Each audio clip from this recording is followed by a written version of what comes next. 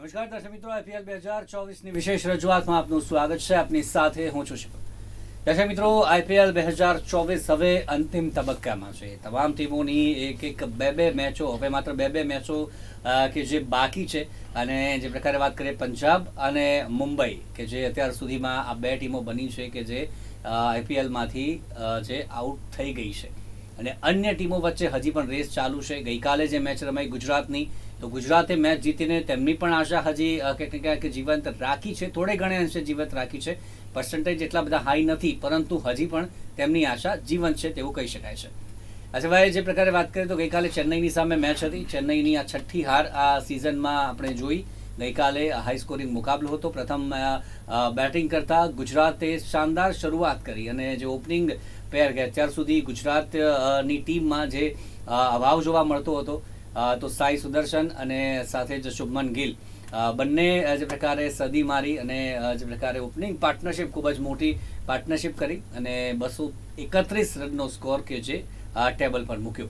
ત્યારબાદ આપણે વાત કરીએ ચેન્નઈ બેટિંગ કરવા આવી. એમાં મિશેલની આપણે વાત કરીએ તો તેમણે અડધી સદી ચોક્કસથી ફટકારી. મોઇન અલીએ પણ પ્રયાસ કર્યા, પરંતુ માત્ર જે પ્રકારે 190 આસપાસના સ્કોરે જે ચેન્નઈ છે કે જેમને રોકી દીધી અને વિજય મેળવ્યો ગઈકાલે ગુજરાત ટાઇટન્સે. અને તેમની જીત સાથે જ ગુજરાતની હજી પણ આશા ક્યાંક ને ક્યાંક થોડી ઘણી અંશે જીવંત છે. જે પ્રકારે બેંગ્લોરની આશા હજી જીવંત છે. હજી અન્ય પર નિર્ભર રહેવું પડશે કે કેવી રીતના સિનારીઓ આગળ થાય છે, પરંતુ રોમાંચ જળવાયેલો છે હજી પણ IPL 2024માં, જે દર વર્ષે આપણે અંતિમ તબક્કામાં જોતા હોઈએ છીએ.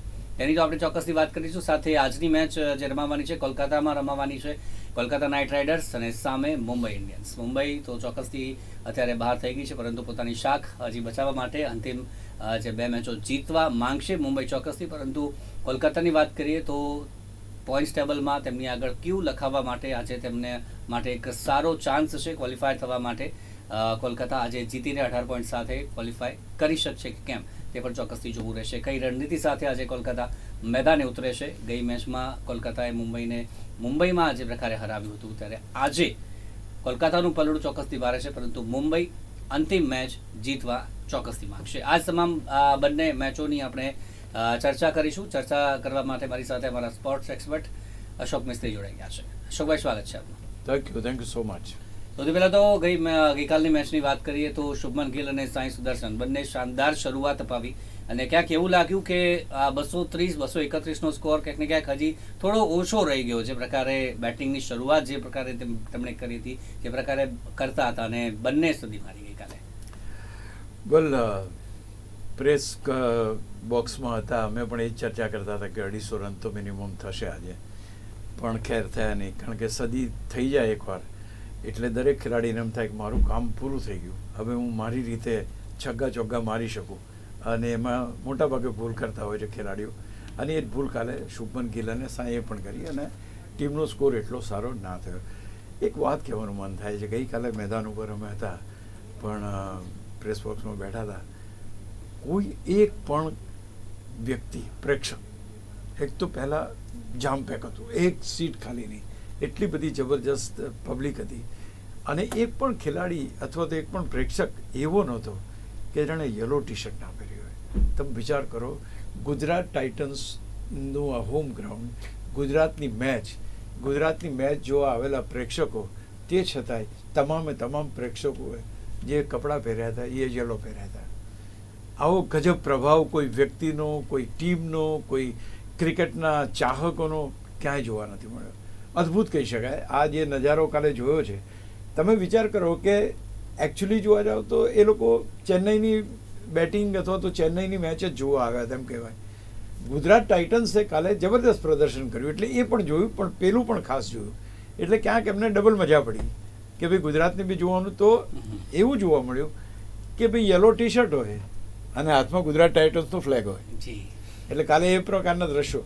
કાલે પહેલીવાર ગુજરાત ટાઇટન્સે પોતાના પ્રેક્ષકોને, પોતાના ચાહકોને, પોતાના ફેન બેઝને ચીયર કરવાનો મોકો આપ્યો. Let me tell you, first time આટલી બધી મેચોમાં જીત્યા છે ગુજરાત ટાઇટન્સ, પણ ચીયર કરવા, જે ખરેખર દિલથી ચીયર કરવા, જે ચોગ્ગા છગ્ગા જોવાની મજા આવે, જે આમ મેચનો જે રોમાંચ હોવો જોઈએ, એ કાલે જોવા મળ્યો. તો હું માનું છું કે it was a wonderful match. ખાસ કરીને ગિલ અને સાંઈએ જે રીતે રેકોર્ડ બનાવ્યો કે ભાઈ ટોટલમાં હાઈએસ્ટ ટોટલ કર્યું, ઓપનિંગ જબરજસ્ત કર્યું, બધી રીતે બરાબર. પણ તે છતાંય હું કદાચ ખુશ વધારે ત્યારે થાત કે જો એ 20 ઓવર સુધી રમ્યા હોત અને 250 ઉપરનો સ્કોર બનાવ્યો હોત. કારણ કે કાલે એક તક હતી ગુજરાત માટે. ચેન્નઈ સુપર કિંગ લિમ્પિંગ હતું, કારણ કે ચેન્નઈ સુપર કિંગના જોરદાર બોલર્સ 3 મુખ્ય બોલરો કાલે હતા નહીં. પથિરાના નહોતા, ચહર નહોતા અને મુસ્તફિઝ નહોતા. એટલે આ જે ફેર હતો એ ડિફરન્સ તમને દેખાતો હતો. અને એ વખતે આ એક વિક્રમ બની શક્યો, પણ અનફોર્ચ્યુનેટલી વિક્રમ ના બન્યો. પણ યસ, યસ્ટરડે કાલની મેચ જે છે એ જોરદાર, દમદાર, શાનદાર, જોવાની ગમે એવી. અને છેક સુધી, કારણ કે મહેન્દ્રસિંહ ધોની છેક સુધી રમ્યા, ત્યાં સુધી તમને મેચ જોવાની મજા આવી. મહેન્દ્રસિંહ ધોનીને લોકોએ જોયા, માણ્યા. એક જે એના ચાહક હતા તો છેક મેદાન પર પહોંચી ગયા અને ભેટ્યા બી ખરા, પગે પણ લાગ્યા. સવાલ એ છે કે ત્યાં આગળ જે વ્યવસ્થા તંત્રમાં હતા એ પણ ધોનીને અને મેચને જોવામાં એટલા વ્યસ્ત હતા કે ક્યારે આ વ્યક્તિ ત્યાં સુધી પહોંચી ગયો એ કોઈને ખ્યાલ ના આવ્યો. So this was wonderful. ગઈકાલનો જે આખો માહોલ હતો, હું નથી માનતો કે આવો કોઈ માહોલ ક્યાંય જોવા મળે. જી ચોક્કસથી. ધોની જ્યાં પણ જાય છે, જ્યાં પણ ચેન્નઈની ટીમ જાય છે, ત્યાં માત્ર યલો ફીવર જ જોવા મળતું હોય છે. એ જ સવાલ આગળનો હતો કે ધોની જ્યારે રમવા આવે છે ત્યારે દરેક મેદાનમાં આપણે જોયું કે કેટલો અવાજ હોય છે. 125 ડેસિબલ તો મેક્સિમમ પહોંચી ચૂક્યો છે. ગઈકાલે ગુજરાતમાં અમદાવાદમાં મેચ, એ પણ સૌથી મોટું સ્ટેડિયમ, અને તેમાં પણ એક પણ સીટ ખાલી નહીં. શું માહોલ હતો આપ ત્યાં ઉપસ્થિત હતા? કેવો એ અનુભવ હતો કે જ્યારે ધોની મેદાન પર આવે છે અને તમામ લોકો એમને ચીયર અપ કરે છે, ત્યારે એ માહોલ કેવો હતો? આપણને એક વસ્તુ સમજવામાં નિષ્ફળ ગયો છું, કયો વિશ્વનો ક્રિકેટર છે કે જેને આટલું બધું એક્સેપ્ટન્સ મળ્યું છે. I am not able to understand. જેવી પગથિયા ઉતરવાનું શરૂ કર્યું ત્યારથી પ્રેક્ષકો બધા પોતાના ટોઝ ઉપર આવી ગયા, ઊભા થઈ ગયા, અને ચેરિંગ જે અવાજ તમે એકવાર કહ્યું હતું ને કે ભાઈ આવું સાંભળે તો માણસ બેરા થાય, એ પ્રકારનો. અમે તો પ્રેસ બોક્સમાં હતા, આ સાઉન્ડ પ્રૂફ જગ્યા છે અમારી, એની અંદર એટલો જબરજસ્ત અવાજ આવતો હતો કે એની કોઈ હદ નહીં. એટલે કાલે હું માનું છું કે આ પ્રકારનું જે એક્સેપ્ટન્સ જે છે મહેન્દ્રસિંહ ધોનીનો. બીજી એક સારી વાત કહું, કેમ વાય પીપલ લવ મહેન્દ્રસિંહ ધોની. નોર્મલ કેસમાં તમે કોઈ માણસ દોડતું આવે તો તમે શું કરો? તરત એને એવોઇડ કરો. એને કંઈ નહીં, ઊભા રહ્યા, પેલો પગે લાગ્યો, ભેટી પડે, કશું એવું નહીં, અને ત્યાર પછી પેલા લોકો આવી. તો કહેવાનું, હા, તો કહેવાનો મતલબ એ છે કે બનવાનું તો બની ગયું, પેલો માણસ આવી તો ગયો છે. હવે ધારો કે પબ્લિકમાં તમે એને કાઢી મૂકો અથવા તો દૂર એ કરો તો તમારી ઇમેજને કેટલો એ થાય. But he did not do that. તો આ એક બહુ અગત્ય, એને મહાન બનાવે છે એકચ્યુઅલી. જો મને યાદ છે કોઈ મેચની અંદર હેલ્મેટ પહેરીને ઊભા હતા અને પબ્લિકે કીધું ધોની હેલ્મેટ નિકાલો, તો એણે હેલ્મેટ કાઢી નાખી. Okay, I mean this is what it is, you know. કારણ કે એક આપણી પાસે હાર્દિક પંડ્યા જેવા બી ખેલાડીઓ છે કે કેટલા બધા ઉપર ચાલે છે, એમના જે પરફોર્મન્સ છે એના કરતાં ઉપર.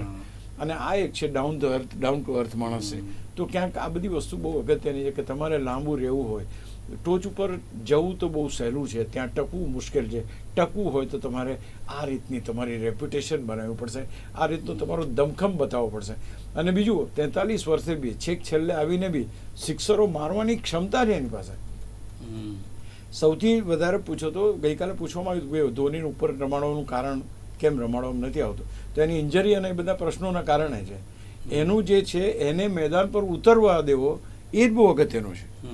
અહીંયા એવું નથી કે આખો દિવસે, ગઈકાલે આખી એણે ફિલ્ડિંગ કરી ત્યાં સુધી મેદાન પર હતો, બેટિંગમાં એ મેદાન પર આવ્યો. એટલે એમણે એમ કીધું ભાઈ શરૂઆતથી અમે ધોનીને, એ તો ગમે ત્યાં બેટિંગ કરી શકે એમ, પણ એનો જે પેલું કહેવાય ને એની કેટલી મેચો રમવાની એની જે હોય એને પ્રિઝર્વ કરીને રાખવાની, એને એનર્જીને, એટલા માટે એમ કે એ શક્ય નથી કે અમે એને વધારે ઓવર્સ રમવા માટે મેદાન ઉપર બોલાવીએ. તો દેટ વોઝ ધ સ્ટોરી. અને કાલે જે રીતના, યુ વિલ નોટ બિલીવ, હું બિલકુલ કમિશનરની ગાડીની પાછળ મારી ગાડી હતી, ત્યાંથી નીકળ્યા ત્યારે સાહેબ એ કમિશનરની ગાડી મારી ગાડી 1.5 કલાક સુધી એમને જે સ્થિતિમાંથી એ સ્થિતિમાં ઊભી રહી.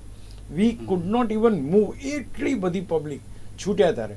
હું થોડો 10 મિનિટ વહેલા નીકળ્યો, એટલે પ્રેસ કોન્ફરન્સમાં જવાનું હતું, પણ એની પહેલાં, કારણ કે પ્રેસ કોન્ફરન્સ થોડી મોડી હતી. ત્યાં આગળ તો એટલી બધી ગીર્દી કે અદ્ભુત. કાલનો જે મારો અનુભવ છે એ પોતાનો બી એવો છે કે મને એમ થયું ગાડી અહીંયા છોડી દો, હવે નીચે ઉતરી જવું.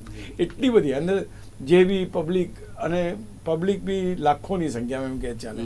ઇટ વોઝ ટેરિફિક એમ. જી, માત્ર સ્ટેડિયમની આજુબાજુ નહીં પરંતુ અમદાવાદના જે નજીકના ગાંધીનગર સુધી પણ જે તમામ ચાર રસ્તા પર એવા પ્રકારની સ્થિતિ 2 ઘેર પહોંચ્યા છે ઘણા એવા. ગઈકાલે ઘણી બધી એ સમાચાર પણ જોયા. એટલે ધોનીનો આ ફેન બેઝ છે, ધોનીએ આ મેળવ્યું છે પોતાની રમતથી, પોતાની જે કલા છે તેનાથી આ તમામ તેમણે મેળવ્યું છે ને અત્યારે તે જ પ્રકારે તમામ દર્શકો પણ એને એન્જોય કરી રહ્યા છે. ધોની પણ આ સમય કે જેમનો એન્જોય કરી રહ્યા છે. ગઈકાલે સ્કોર હતો બહુ ખૂબ જ મોટો સ્કોર કહી શકાય. ત્યારે તો 231નો આમ નાનો છે પરંતુ સ્કોર મોટો સ્કોર છે 20 ઓવરમાં. પરંતુ જે પ્રકારે વાત કરીએ ચેન્નઈની બેટિંગની, સૌ પ્રથમ 2 વિકેટ સસ્તામાં આઉટ થઈ જવી તે ક્યાંક ને ક્યાંક એક ટર્નિંગ પોઈન્ટ રહી ગયો. નહીં તો ચેઝ આઈ થિંક થઈ જાય જે પ્રકારની રમત રમી રહ્યા હતા. શિવમ, અત્યારે 250 રનનો સ્કોર ચેસ થઈ જાય તો નવાઈ પામવા જેવું નથી. તમે જુઓ number of matches are there કે જ્યાં મોટા મોટા સ્કોર ચેસ થઈ જાય. ઓબ્વિયસલી તમે કહો છો એ પ્રમાણે ચેસ થઈ ગયો, પણ 3 મહત્વની વિકેટ પડી ગઈ. કેપ્ટન પોતે અને જે રચિન રવિન્દ્ર બિચારો એ અનફોર્ચ્યુનેટલી રનઆઉટ થયો. 1-2 ને સામે પેલા રાણીની વિકેટ પડી. આ 3 વિકેટો અને એમાં 2 યંગસ્ટર્સ. રાણીને આપણે સમજીએ કે ચલો ભાઈ એનું એક લિમિટેશન હોય, but this 2 are the main betters. આજે તારે તમારા 2 મેઇન બેટર્સ 10 રન 12 રનમાં 15 રનમાં આઉટ થઈ જાય. સ્વાભાવિક એ તો ભલું થજો કે પેલા 2 જણા વ્યવસ્થિત રમ્યા. મોઇન અલી અને Daryl Mitchell they have played well અને એક 100+ પાર્ટનરશિપ આપી અને એક સ્ટેબિલિટી આપી.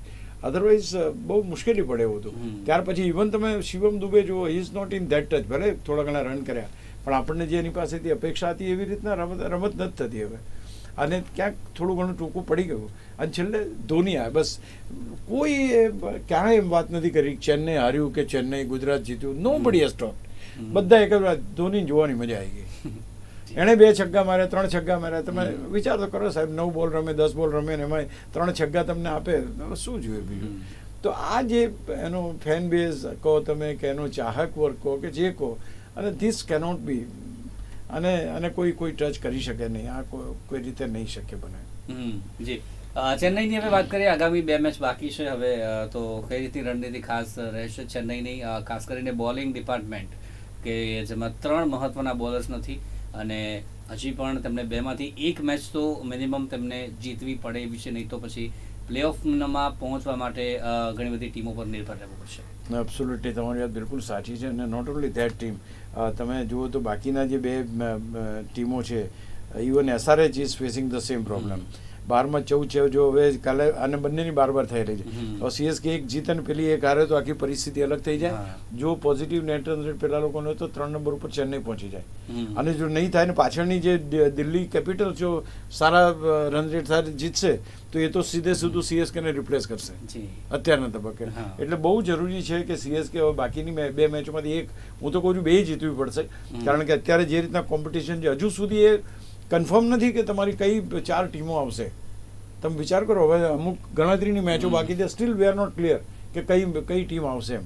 તો અહીંયા આગળ ચેન્નઈ સુપર કિંગને બહુ જબરજસ્ત મહેનત કરવી પડશે. અને હવે એના કાર્ય બોલર્સ તો મારા ખ્યાલથી બાંગ્લાદેશના તો I don't think they are going to come.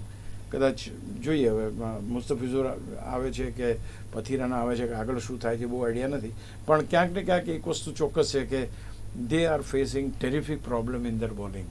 They do not have good bowlers. એમની પાસે જે અત્યારે બોલર્સ છે એ બોલર્સથી તમે મોટી મેચોમાં કાબુ મેળવવો મુશ્કેલ છે. રવિન્દ્ર જાડેજાને કાલ જે રીતે માર પડ્યો છે, જે રીતે એને ચોગ્ગા છગ્ગા પડ્યા છે, હવે તમારી પાસે એનો જે એક હાવ જે હતો એ હાવ નીકળી ગયો છે. તો આ બધી બાબતો જોઈએ તો બોલિંગ ડિપાર્ટમેન્ટમાં CSK, અને એટલા માટે to support the bowling department Dev included Rachin Ravindran. એના માટે જ એને લાયા છે કે જેથી કરીને બેટિંગમાં જો એને રાણે ને ગાયકવાડ આ 3 એમાંથી 2 તો યંગ ખેલાડીઓ, એટલે એ 2 જણા જો જબરજસ્ત રમે તો પછી પાછળ થોડુંક સારું એ થઈ શકે. So that is the best. અને એવું બી નથી કે આ ખેલાડીઓ દર વખતે આઉટ થઈ જવાના છે, એ બી પોસિબલ નથી. એ તો નેક્સ્ટ મેચમાં કદાચ એ લોકો સાઇનિંગ કરે. અને Gaikwad is in good touch, he is not that bad batsman. બહુ સારું. Rachin Ravindran yes is a problem, he is not able to get through. જે રીતે પહેલાં રમતો હતો અને હવે રમે છે એમાં બહુ આસમાન જમીનનો ફેર છે. કોન્ફિડન્સ લેવલ એનું એકદમ ડાઉન છે. એટલે એ હજુ જોઈએ હવે ક્યારે એની બેસ્ટ ઇનિંગ રમે છે. પણ એટલે જ્યારે તમારી પાસે બોલિંગ નબળી છે તો તમારા બેટ્સમેન ઉપર તમારે વધારે આધાર રાખવો પડશે. અને as we all are knowing કે 200-250 રન અત્યારે કોઈ માયના રાખતું નથી. તમારે 250નો ટાર્ગેટ લઈને ચાલવું પડે કે મારે પહેલાં બેટિંગ કરીને 250 રન બનાવવા પડશે તો હું મારી નબળી બોલિંગ સામેની ટીમ સામે લડી શકીશ. જી, તો જે પ્રકારે વાત કરી આજની મેચની હવે વાત કરીએ. ગઈકાલની મેચ તો આપણે વાત કરીએ હવે તે ચેન્નઈ માટે આગામી 2 મેચો જીતવી જરૂરી છે. સાથે જ વાત કરીએ તો ગુજરાતે પોતાની આશા હજી પણ જીવંત રાખી છે. 2 મેચ હજી પણ બાકી છે અને તે પણ હજી 14 પોઈન્ટ સુધી પહોંચી શકે છે. સેમ સિનારીઓ બેંગ્લોરમાં છે. અને સેમ આપણે વાત કરીએ તો જે પ્રકારે દિલ્હી કેપિટલ્સ તે પણ હજી 2 બાકી છે, તે પણ 16 સુધી પહોંચી શકે. એટલે હજી પણ નક્કી કશું થયું નથી. 2 ટીમો ચોક્કસથી એલિમિનેટ થઈ છે. તેમાંની એક છે મુંબઈ, જેની આજે મેચ છે. મુંબઈ અને કોલકાતા આજે જીતશે તો આગળ ક્યુ લખાઈ જશે અને ક્વોલિફાય થઈ જશે. પરંતુ મુંબઈ માટે આ સિઝન ફરી એક વખત જે ભૂલાવનારી રહી કે આ સિઝન ભૂલે તો સારું, કારણ કે સૌથી પહેલાં જે લખાયો છે એલિમિનેટરનો તે મુંબઈમાં આવી ગયો છે અત્યારે પોઈન્ટ્સ ટેબલમાં. અને હવે બી 2 મેચ શાખ બચાવવા માટેની રમવાની છે. શું રણનીતિ સાથે ઉતરશે? પહેલી વસ્તુ તો હું મુંબઈની ટીમને નબળી માનતો નથી. પહેલી વાત ઠીક છે, they are not in a good group. એક ફોર્મ બેઝ બનવો જોઈએ, બેઝ નથી બન્યો, એ 100%ની વાત છે. રોહિત જે રીતે હાર્દિક પંડ્યાનો એટીટ્યૂડ છે એ કોઈને માન્ય નથી. અને જે રીતે એના સિનિયર સાથે બિહેવ કરે છે એના ઉપર આજે બી ઘણી બધી ટિપ્પણી થઈ છે. એટલે એકની એક એ કરવાનો કોઈ સવાલ નથી. એટલે he is not able to group આજના દિવસમાં મને એમ લાગે છે કે એ લોકો બેસ્ટમાં બેસ્ટ 11 એ લોકોને ઉતારશે અને they will try to win both the matches. કારણ કે હવે એમની પાસે આગળ જવાનો રસ્તો તો નથી રહ્યો, પણ એટલીસ્ટ એમને કંઈક એવું તો મળવું જોઈએ કે સાંત્વના મળી જોઈએ કે હા મેં આટલું કર્યું અથવા આ ટીમને હરાવી. તો હું માનું છું કે દે વિલ બી. અને અગેન હાર્દિક ગઈકાલે મેચ જીત્યા. કેપ્ટન ઓપનિંગ બેટ્સમેન કોણ છે તમારો? તો કે તમારો એ છે સારી મેચ રમી, કેપ્ટન ઇનિંગ રમ્યો. બટ હજુ હાર્દિક પંડ્યા પાસેથી કેપ્ટન ઇનિંગ અથવા 3 ઓપોર્ચ્યુનિટી એવી જ્યારે હાર્દિક પંડ્યા જ જીતાડી શક્યો હતો, he was not able to do it. એને લીડિંગ ફ્રોમ ધ ફ્રન્ટ કરવું પડશે. ટોચના ખેલાડી તો છે જ, રોહિત શર્મા અને ઈશાન કિશન. કારણ કે રોહિત શર્મા હમણાં જ હું એવરેજ જોતો હતો કે ભાઈ 2, 10, 18, 20 એ રીતના મીન્સ કે એમનો સ્કોર છે. એક સેન્ચુરી આપણે બાદ કરીએ તો એની એવરેજ નોર્મલી 20ની આસપાસ આવે છે. તો is not that good. Even Ishan Kishan એટલું સારું. આ ઠીક છે કે સૂર્યકુમાર યાદવ તમારો 2 મેચોમાં ચાલ્યો એટલે તમે શાઇન કર્યા છે. તિલક વર્મા સારું રમે છે. તો અહીંયા આગળ તમારી પહેલાં 4 કે 5 બેટર્સ છે એ જબરજસ્ત હોવા જોઈએ. ધારો કે રોહિત છે, ઈશાન છે, સૂર્યા છે, તિલક છે, હાર્દિક છે. આ 5 ખેલાડીઓએ 80% એટલે કે સારામાં સારું 200-250 રનનો સ્કોર ટાર્ગેટ કરીને ચાલવું પડે if they are batting first. કારણ કે સામેની ટીમ છે ઓર્ડિનરી ટીમ નથી, દેટ ઇઝ કલકત્તા. આ કલકત્તાની ટીમ સસ્તામાં આઉટ થઈ છે. એટલે એવું બી નથી કે એનાથી ડરવા જેવું નથી. આ બેના આંકડા જોઈશું તો ડેફિનેટલી મુંબઈ ઇન્ડિયન્સનો હાથ ઉપર છે. બંનેની ઇન્ડિવિડ્યુઅલ તમે એ જુઓ તો ક્યાંક એવું નથી કે આ ટીમથી ગભરાવાની જરૂર છે. ટીમ તો આ પણ જબરી છે જ. ઓનલી ધ થિંગ એનું જે બેઝ બનવો જોઈએ અથવા તો એક યુનિટી બનવી જોઈએ, એ યુનિટી બનતી નથી. કહે છે કે હાર્દિક પંડ્યાના ખેલાડીઓ સાથેના રિલેશન્સ આર અંડર સ્ટ્રેસ. આજે પણ એના વિશે ઘણી બધી ટીકાઓ આવી છે કે એના સિનિયર સાથે એનો વ્યવહાર સારો નથી, એ સારો કરવો જોઈએ, આ છે તે છે. તો ખેર એ તો દેટ્સ એ હિસ્ટ્રી. હવે આપણે પહેલેથી સાંભળતા જ. પણ એક વસ્તુ ચોક્કસ આજે અહીંયા નોટ કરવું પડે કે એના એક ખેલાડીના આધારે 2 ટીમની પરિસ્થિતિ ખરાબ થઈ ગઈ, ગુજરાત અને મુંબઈ. નો ડાઉટ હજુ આપણે એમ રાખીએ કે ભાઈ ચલો ગુજરાત ટાઇટન્સ પ્લેઓફમાં આવી જશે એવી અપેક્ષા રાખીએ. પણ આ 2 એને બહુ એનો ગંભીર એનું એ થયું છે. એટલે they will have to go for a big score. કારણ કે કલકત્તા ઓછો સ્કોરમાં એ નહીં થાય. અને જે રીતે ટીમ બની છે એ લાગતું નથી કે બહુ. હા, ચેઝ કરવાનું આવશે તો I think Mumbai will be at ease. ધારો કે એને 250 રન ચેઝ કરવાનું હોય તો ચેઝ કરવામાં વધારે. સેટ ટાર્ગેટ જ્યારે કરવાનો હોય ત્યારે મુંબઈની ટીમ એટલું જબરજસ્ત પ્રદર્શન નથી કરતી. અને પર્ટિક્યુલરલી અત્યારે જ્યારે તમારા ઈગો ક્લેશિસ ને આ તે બધું પર્સનાલિટી ક્લેશિસ બધા હોય તે વખતે. એટલે હવે મુંબઈને કંઈ ખાસ કરવાનું નથી, પણ જે કોઈ મેચો હવે રમે એમાં સન્માનજનક રીતે જીતે અને પોઈન્ટ ટેબલ ઉપર છેલ્લા ક્રમે એન્ડ થવાને બદલે એ 6ઠા 7મા ક્રમે એન્ડ થાય એવી અપેક્ષા ચોક્કસ રાખશે. જી ચોક્કસથી કોલકાતાની વાત કરીએ તો ગૌતમ ગંભીરની જે કોચ પદ હેઠળ આ વખતે કંઈક અલગ દેખાઈ રહી છે અને ફર્સ્ટ પોઝિશન મેળવી છે કોલકાતાએ. આજની રણનીતિ ખાસ કરીને ઓપનિંગ પેર જે વાત કરીએ છીએ ફિલ સોલ્ટ અને સુનિલ નારાયણ, જે અભિષેક શર્મા અને ટ્રેવિસ હેડ સાથે આપણે સરખામણી તેમની પણ કરીએ છીએ, તેમની પણ આજે એક પ્રયાસ રહેશે કે આજે ટીમને ફરી એક વખત એવી જ શરૂઆત અપાવી અને આજે ક્વોલિફાય થઈ જાય KKR. નહીં, જો ક્વોલિફાય થશે તો એમાં કોઈને નવાઈ નહીં થાય, because that team is so strong in their approach, attitude and working circumstances. They are going great guns. અને તમે વિચાર કરો કે શ્રેયસ આયરને કેપ્ટન તરીકે કોઈ વાત સુદ્ધા નથી કરતું, બધા ગૌતમ ગંભીરની જ વાત કરે છે.